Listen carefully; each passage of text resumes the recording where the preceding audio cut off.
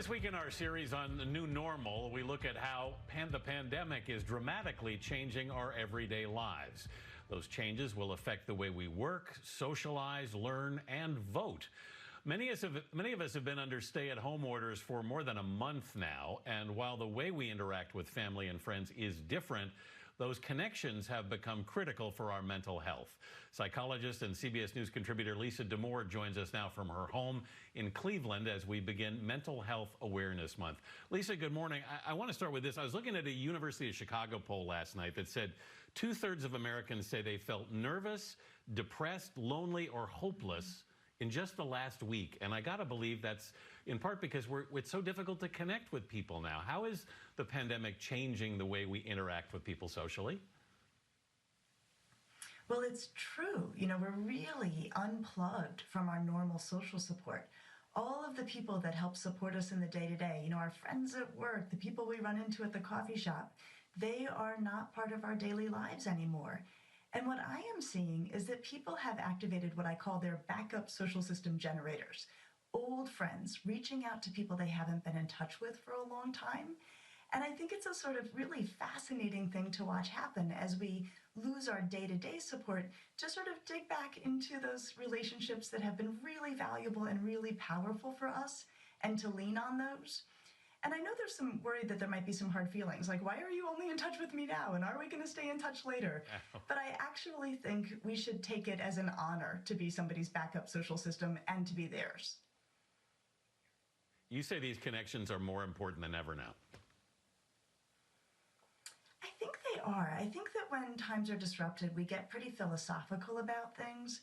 And I think that when we reach out to people we've been close with at other times in our lives, it's our way of letting them know, like, you hold a really special place in my heart, and I'm reminded of that now especially.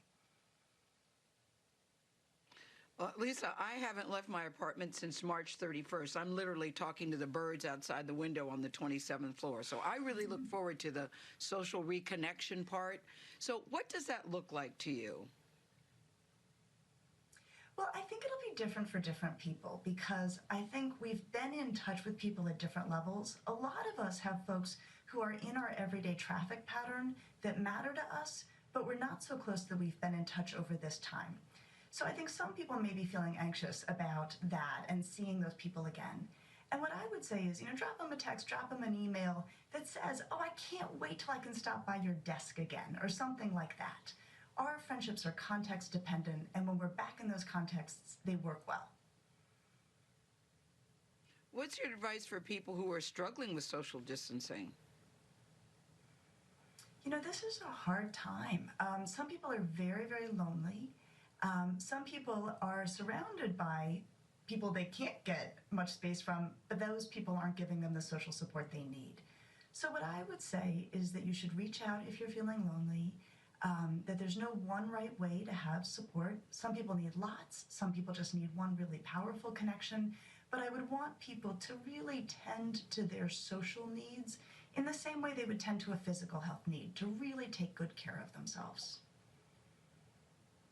Lisa, I think a lot of people, some of what they're feeling, it's not even conscious. Do you know what I mean? It's like under the surface, and it's hard to identify. How do you know when you're sort of in trouble in a moment like this? I would worry if a person were falling back on what I would call negative coping strategies, whether they're maybe totally holding up and not contacting anyone, or turning to substances as a way to manage emotional discomfort, or, not getting out of bed, or being really cranky with the people around them. I would say if we see those kinds of patterns, I would really want people to get help. And sometimes they may get help from people around them. The other thing that's really important is that if you don't have the social support you need and you need mental health care, you can almost certainly get that now. Telehealth appointments are now widely available from mental health clinicians, just as they are now becoming widely available from physical health clinicians. What do you think we should remember during this time? I say thank goodness for the Zoom, I call it, and FaceTime and Skype, that we can physically see people that we're separated from. But it's not the same, but what do we need to remember during this time?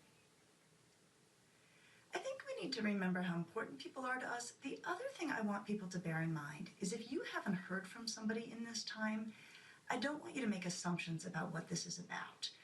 People are going through a lot. Some people may be dealing with very difficult losses.